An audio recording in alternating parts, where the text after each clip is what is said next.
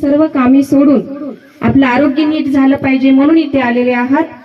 तर तुमचा कुठलाच वेळ न घेता किंवा इकडे तिकडे न घालवता योग भवन मध्ये आल्यानंतर तर तुम्हाला असं नाही वाटलं पाहिजे की आमचा वेळ इथं वाया गेला।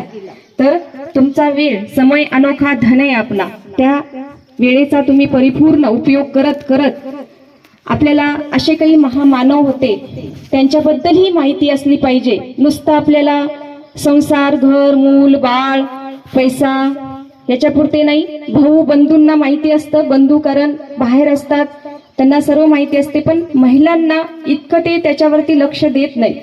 फक्त आपले घर आणि संसार याच्यातच आपलं लक्ष असतं। पण महिला ही शिकली तर पूर्ण परिवाराला शिकवते, पूर्ण समाजाला शिकवू शकते, ती घडवू शकते। म्हणून महिलांना सुद्धा अशा जयंती साजऱ्या केल्या पाहिजे, त्यांचे विचार आपण ऐकले पाहिजे। बाबासाहेब आंबेडकर हे आपण शाळेत शिकलेले होतो की असे असे आहेत, तेवढ्या पुरतच आपण शिकलो आणि सोडून दिलो, परत नंतर ते संविधान शिल्पकार होते। पण असं काही जणांचं म्हणणं असतं की बाबासाहेब आंबेडकर हे काहीच समाजापुरते मर्यादित आहेत। तर आपल्याला वाटतं की अरे बाबासाहेब आंबेडकरांना आपण कशाला त्यांचं काय पूजा वगैरे करायची किंवा त्यांना कशाला हार घालायचं, आपले थोडेच गुरु आहेत, आपले थोडेच ते देव आहेत असं आपण म्हणतो।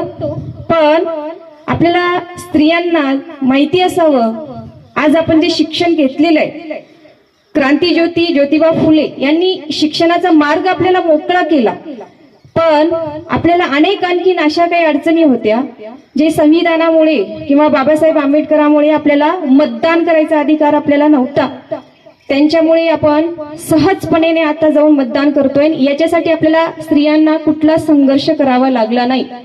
जे बाहेरच्या देशातल्या महिलांना खूप संघर्ष करावा लागला, खूप त्यांना तिथे मागणी मागावी लागली, तेव्हा त्यांना तो अधिकार मिळाला। पण आपल्याला आपल्या या महामानवामुळे आपल्याला तो अधिकार स्त्रियांना मिळालेला आहे हे आपल्याला माहिती असावं, नाहीतर आपली काहीच किंमत राहिली नसती। मतदान हे आपल्याला करायला अधिकारच नव्हता, त्यांच्यामुळे आपल्याला हे मतदान घडलेलं आहे।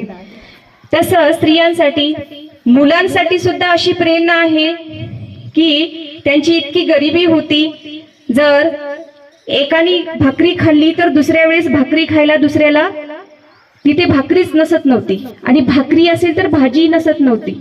पण ते तशा परिस्थितीमध्ये सुद्धा आज आपल्याला वाटतं की मला हाच पदार्थ खायला मिळत नाही, मला हेच पुस्तक मिळत नाही, मला तेच पुस्तक मिळत नाही, म्हणून माझं शिक्षण कमी राहिलं असे म्हणणारे काही विद्यार्थी आहेत। पण बाबासाहेबांकडे पाहून आपण शिक्षणाची